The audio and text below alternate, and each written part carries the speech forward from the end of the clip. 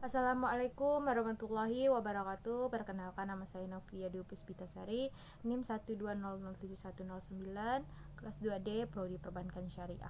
Di sini saya ingin mempresentasikan hasil kerja saya, yaitu membuat makalah tentang konsep kaidah-kaidah istinbat atau an-nahyu. Pertama-tama kita ucapkan puji syukur atas kehadiran Allah Subhanahu wa taala yang telah memberikan rahmat dan hidayahnya sehingga saya dapat menyelesaikan makalah ini dengan tepat waktunya.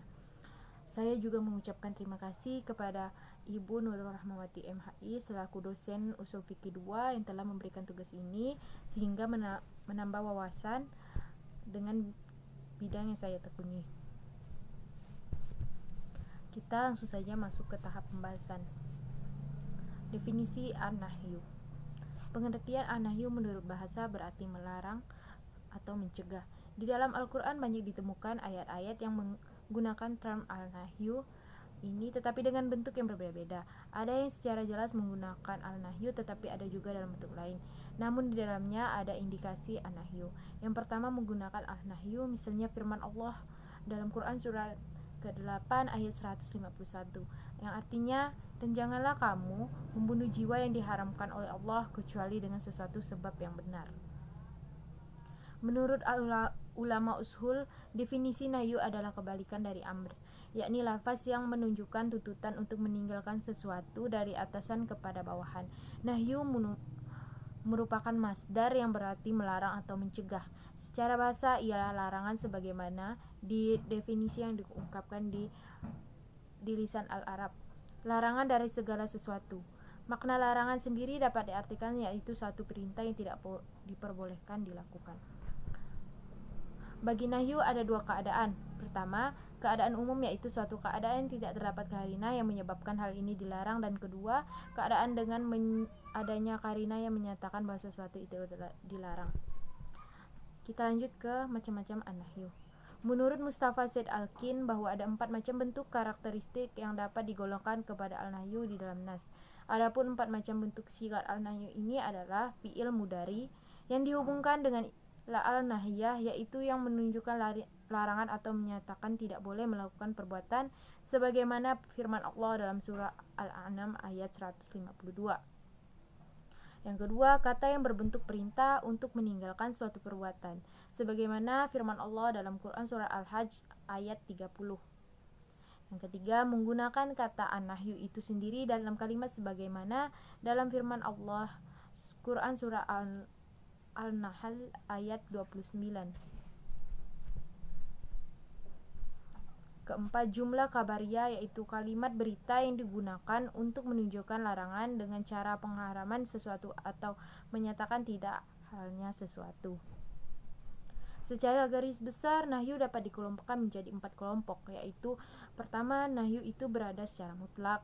Yang kedua, nahyu itu kembali kepada zatiah perbuatan. Yang ketiga, nahyu melekat pada sesuatu yang dilarang, bukan pada pokoknya. Yang keempat, nahyu kembali pada sifat yang berkaitan dengan sesuatu perbuatan, tetapi perbuatan itu bisa berpisah dan perbuatan yang lainnya. Kita langsung masuk ke masa berlaku larangan an-nahyu.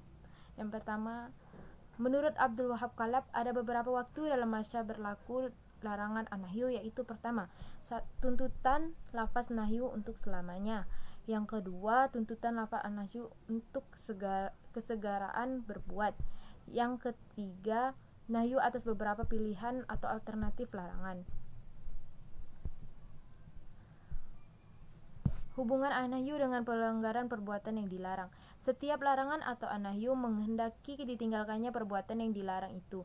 Bila perbuatan ini dilakukannya, berarti ia melakukan pelanggaran terhadap yang melarang, dan karenanya ia patut menerima dosa atau celaan.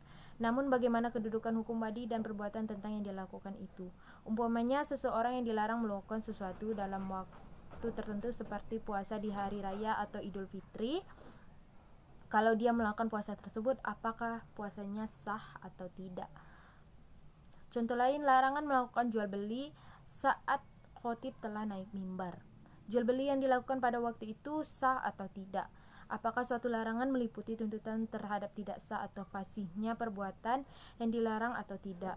Dalam hal ini terdapat perbedaan pendapat di kalangan ulama. Kesimpulan dari makalah ini adalah dari banyak pengertian yang diberikan para ulama di atas pada hakikatnya menjelaskan bahwa al-nahyu itu adalah tuntutan yang bentuknya larangan atau mencegah agar tidak melakukan perbuatan dan larangan yang datangnya dari syar'i yang telah dituangkan dalam nas, yaitu Al-Quran dan Al-Sunnah. Mayoritas ulama berpendapat bahwa nahyu dari larangan dengan sifat yang lazim mengharuskan fasadnya setiap amalan. Mereka menyebutkan dengan fasid dan baitu dan batil karena pandangan nahyu pada zat perbuatan yang itu dilarang oleh agama dan segala perbuatan tidak menghasilkan apa saja. Sekian presentasi makalah ini dari saya mengucapkan wassalamualaikum warahmatullahi wabarakatuh.